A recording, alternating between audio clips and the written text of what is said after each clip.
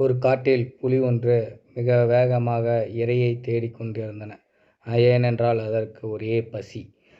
பசியைப் போக்க மான்கள் கிடைக்காதா என்று அது தேடிக் கொண்டிருந்த நேரத்தில் அங்கு மான்கள் 3 புல்களை மேய்ந்து கொண்டிருந்தன. அதைப் பார்த்த புலிக்கு ஒரே ஆனந்தம். ஆஹா, கொழுத்த மான்கள்! நாம் அடித்தோம் என்றால் இன்று இரவு வரை வைத்து சாப்பிடலாம் என்று அது மிகவும் சந்தோஷமாக இருந்த நேரத்தில் அந்த மான்கள் புலியைப் பார்த்துவிட்டன. அவை புலியைப் பார்த்த காரணத்தினால் மிக வேகமாக ஓடி மறைந்து விட்டன. இதைக் கண்ட புலிக்கு ஒரே வருத்தம்.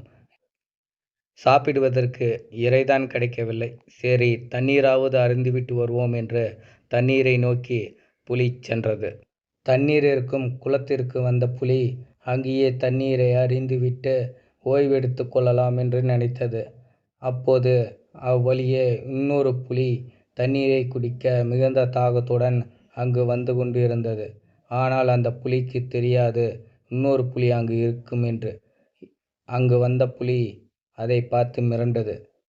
என்றாலும் அதனிடம் சண்டை போடத் துவங்கியது. 2 புலிகளும் யார் பலசாலி என்பதை தெரிந்து கொள்ள மிக ஆக்ரோஷத்துடன் சண்டையிட்டு கொண்டன. அப்போது அந்த காடே அந்த சண்டையின் சத்தத்தால் அதிர்ந்தது. இதை கேட்ட காக்கைகள் அங்கு பறந்து வந்தன. யாரோ அடித்துக் கொள்கிறார்கள், நமக்கு உணவு கிடைக்கிறது என்பதை தெரிந்து கொண்ட காக்கைகள் மிக சந்தோஷத்துடன் அந்த மரத்தின் மீது அமர்ந்து புலிகளின் சண்டைகளை பார்த்து கொண்டிருந்தது. புலிகள் மிக ஆக்ரோஷமாக அடித்து கொண்டன. இந்த சத்தத்தை கேட்ட கழுகுகளும் அவ்வழியே பறந்து வந்தன. எங்கோ யாரோ அடித்துக் கொள்கிறார்கள், நமக்கு நல்ல உணவு இருக்கும் போல என்று நினைத்து கொண்டு அந்த மரத்தின் மீது வந்து அமர்ந்தன. புலிகள் இவைகள் வந்து அமர்ந்து இருப்பதை கூட கண்டுகொள்ளாமல் மிக ஆக்ரோஷமாக சண்டையிட்டு கொண்டிருந்தன. ஒரு புலி மேலே பார்த்தது. இவைகள் உட்கார்ந்திருப்பதைக் கண்டு அதிர்ச்சியானது. இதனால் இன்னொரு புலியிடம், சண்டையை நிறுத்திக் கொள்வோம், நாமல் தண்ணீர் அருந்திவிட்டு இருவரும் நண்பர்களாகச் செல்வோம் என்று சொன்னது. இதை அந்த புலியும் ஏற்றுக்கொண்டு இருவரும் தண்ணீர் அருந்திவிட்டு சென்றனர்.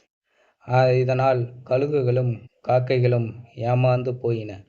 இதில் நீதி என்னவென்றால், ஊர் உடைந்தால் கூத்தாடிகளுக்கு கொண்டாட்டம் என்ற பழமொழிக்கு இணங்க, வல்லவர்கள் அடித்து கொண்டால் அதை சிலர் தனக்கு சாதகமாக பயன்படுத்தி கொண்டு வாழ்வார்கள் என்பதே இக்கதையின் நியதி. எனவே அனைவரும் ஒற்றுமையுடன் வாழ பழகிக்கொள்ள வேண்டும். ராஜ்குட்டி சேனலை சப்ஸ்கிரைப் பண்ணுங்க. நன்றி, வணக்கம்.